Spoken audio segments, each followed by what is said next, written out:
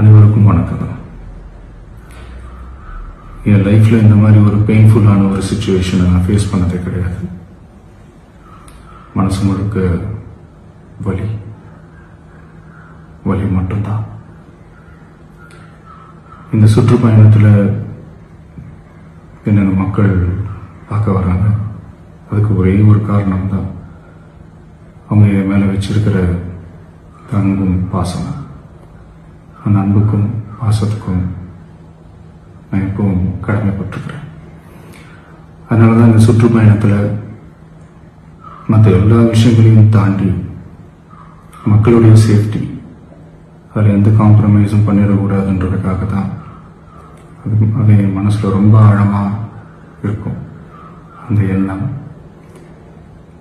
அதனால தான் இந்த அரசியல் காரணங்கள் எல்லாத்தையும் தவிர்த்துட்டு ஒதுக்கி வச்சுட்டு மக்களுடைய சேஃப்டி மட்டும் மைண்டில் வச்சுக்கிட்டு அதுக்கான இடங்களை சூஸ் பண்ணுறது, அதுக்கான இடங்களை பார்த்து பெர்மிஷன் கேட்கறது, போலீஸ் டிபார்ட்மெண்ட்டில் அதை ரிக்வெஸ்ட் பண்ணி கேட்போம்.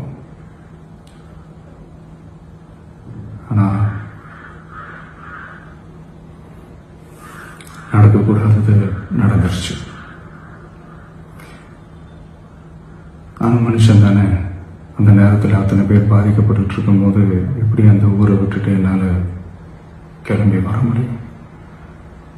நான் திரும்ப போகணும்னு இருந்துச்சுன்னா அது ஒரு காரணம் காட்டி அங்கே வேற சில பதட்டமான சுச்சுவேஷன்ஸ், வேற சில அசம்பாவிதங்கள் அந்த மாதிரி எதுவும் நடந்துடக்கூடாதுன்றதுக்காக தான் நான் அவாய்ட் பண்ணேன்.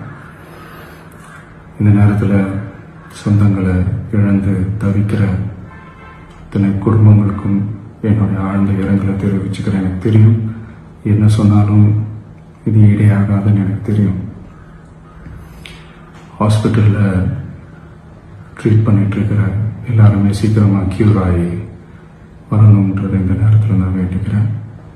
கூடிய சீக்கிரமே உங்கள் எல்லாரையும் நான் சந்திக்கிறேன். இந்த நேரத்தில் எங்களுடைய வலிகளை, எங்களுடைய நிலைமையை புரிஞ்சுக்கிட்டு எங்களுக்காக பேசின அரசியல் கட்சிகளை சார்ந்த நண்பர்கள், தலைவர்கள் அனைவருக்கும் என்னுடைய நன்றியை தெரிவிச்சுக்கிறேன். கிட்டத்தட்ட ஒரு 5 மாவட்டத்துக்கு பிரச்சாரத்துக்கு போனோம். இந்த மாதிரி எதுவுமே நடக்கல. ஆனால் கரூரில் மட்டும் ஏன் எப்படி நடக்குது, எப்படி நடக்குது? மக்களுக்கு எல்லா உண்மையும் தெரியும். மக்கள் எல்லாத்தையும் பார்த்துக்கிட்டு இருக்கிறாங்க. கரூரை சேர்ந்த அந்த மக்கள் அந்த உண்மையெல்லாம் வெளியில சொல்லும்போது எனக்கு கடவுளே நேரில் வந்து இறங்கி அந்த உண்மைகள்லாம் சொல்ற மாதிரி எனக்கு தோணுச்சு. சீக்கிரமே எல்லா உண்மைகளும் வெளியில வரும்.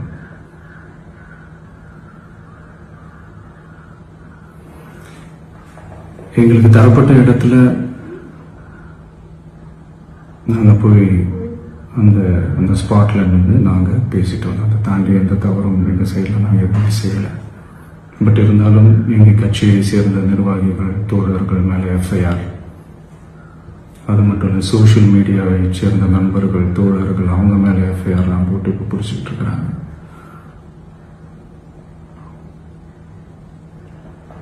CM sir,